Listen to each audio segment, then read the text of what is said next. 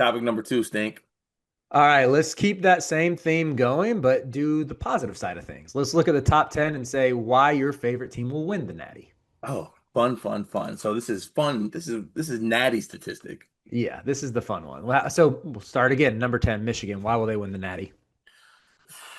Well, I think that one, Dusty May is one of the better coaches in college basketball. That is going to be like he's in a position to be like the get over the hump, win one guy, and Mhm. solidify that kind of Final Four run he had with Florida Atlantic, I think.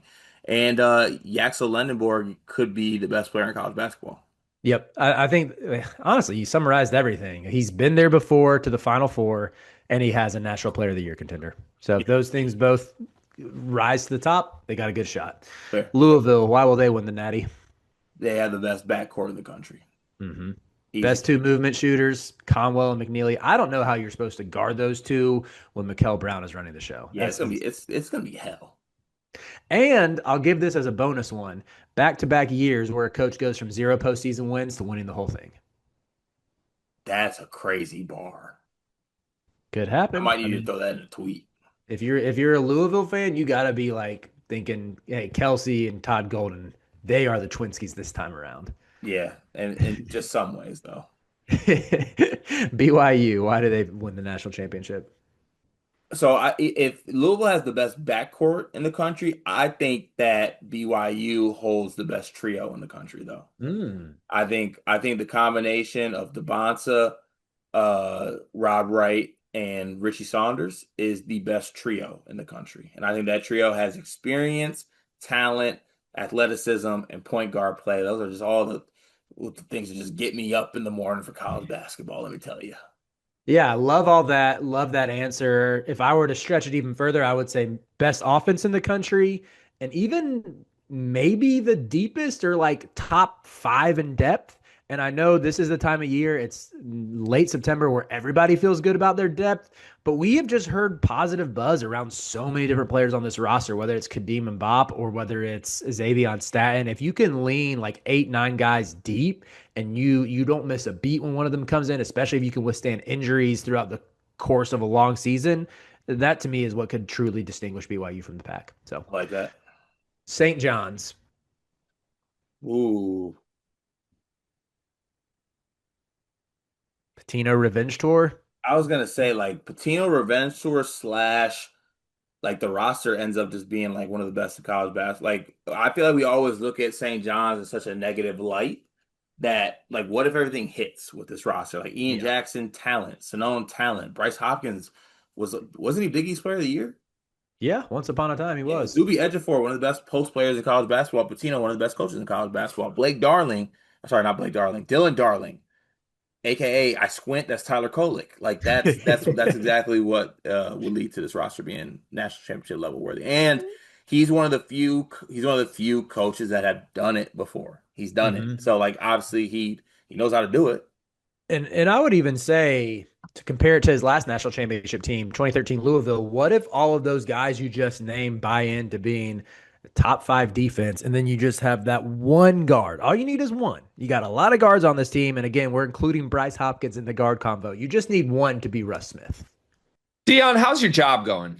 Beginning of the school year, everything's like a little up and down. One of the biggest issues we've had is we can't find any uniforms for our girls' sports teams. Mm, that's a difficult thing to find a solution for. I know damn well all about that because I got a daughter that just turned 2. She's into sports and she's already outgrowing every little piece of sports apparel she had. Thankfully, I know Clara Kate Creations. Clara Kate Creations was started by a former high school teacher who quit because it wasn't cost effective to send new twins and a 2-year-old to daycare. She found it easier to make girl sports apparel than finding it to buy. And I am so thankful that she exists because if we have an old shirt of Murph's that she's outgrown, we can send it in and she takes that piece of apparel that means something and upcycles it into an outfit that Murphy can now wear as she grows up. She makes great stuff. It's honestly kind of like your fullback's wife, Kyle Juszczyk. Is that how you say it? She does that, but honestly, I think Clara Kate's coming for Mrs. Juszczyk's job. I love that. I'm a big Juice guy, love his wife, love Claire Kate even more than both of them, though. You can send in your own custom ideas and she will come up with a design. She's just the best. Look up Clara Kate Creations on social media, Facebook, Instagram, and more. Just one to be that bucket getter you can lean on in the clutch. So Yeah. that's No, the formula. Russ Smith shot special. I love Russ. Duke, why will Duke win the national title? Because after all that, like what in that what Kat said, Yes, after all that. after all that, Cam Boozer is just like the best player in college basketball.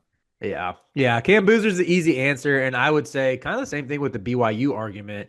They can go so deep at the 2 to 4 position that they might have enough talent, enough offensive firepower, enough defensive difference makers that let's say the 1 and the 5 underachieve. It doesn't matter because 2 through 4 got them. So Yeah, fair. Kentucky. The most expensive roster in college basketball is worth it. Great way to sum it up. I don't even really know. Like, what do you need to see on the court? Otega making threes more consistently, Aberdeen being a capable number 2. I still think Aberdeen holds the key as that number 2 over low. Yeah. Also, like I think the world it is like the a number 2 steps up. Like, what if Jaden Quayton is a lottery pick like they say Yeah. he is? Even if like I've seen mock drafts have him like top 5, top 6. If JQ plays like a top 5 pick and you have Otega and one of low or Aberdeen becomes that secondary bucket getter, then yeah, Kentucky can win a national title. Yeah, fair. UConn. Come on, man, it's UConn. No, I think it's a combination of winning experience, a little bit of revenge tour as well, and at the end of all this, UConn ends up being the best roster in the sport. Mm.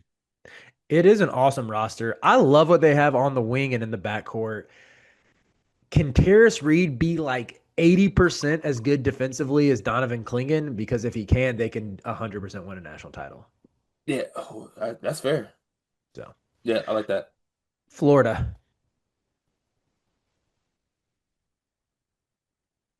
Boogie Fland is just Walter Clayton I was 2.0. gonna Condon say, and Hauk are like the awesome. combination of Boogie Flan being Walter Clayton 2.0 and sneakily here, after all the National Player of the Year, post players that could possibly be all the first team All Americans that could be across the country, pound for pound, the way they operate, Florida ends up being the best front court in the country. Mm, They defend at the highest level, they rebound at the highest yep. level, and that's just good enough to get it done. Yeah. This front, how crazy is it that this front court that just won the national championship that's so versatile and they're being slept on? So Right. And yeah, they are bringing back the they front got court. everybody. They got everybody back. Alex Condon doesn't see ghosts in the Final Four second time around. Never. All right. Let's do Houston. I just, ooh, I think they are.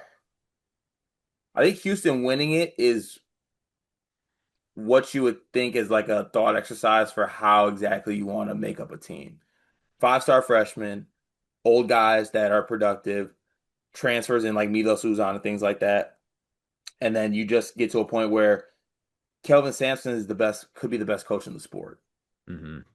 Yeah. So, Yeah, I'm with you all across the board with that. I would say 2/3 of the freshman class are just awesome. Like you don't need all 3 to hit right away, but if Sanak is a lottery pick, if one of Harwell or Flemings is a first rounder, they will be an incredible team. So, facts. lastly, let's wrap it up with Purdue. They have 2 first team All Americans, the National Player of the Year, and Final they Four's in. filled all their holes from last year. Yep, with you. Easy judgment on that Easy one. ones there. I like getting to the little layups at the end there. That was easy, but not as fun as Stinktastic or Stink Statistics, as I must say. But that was a fun topic, Riley.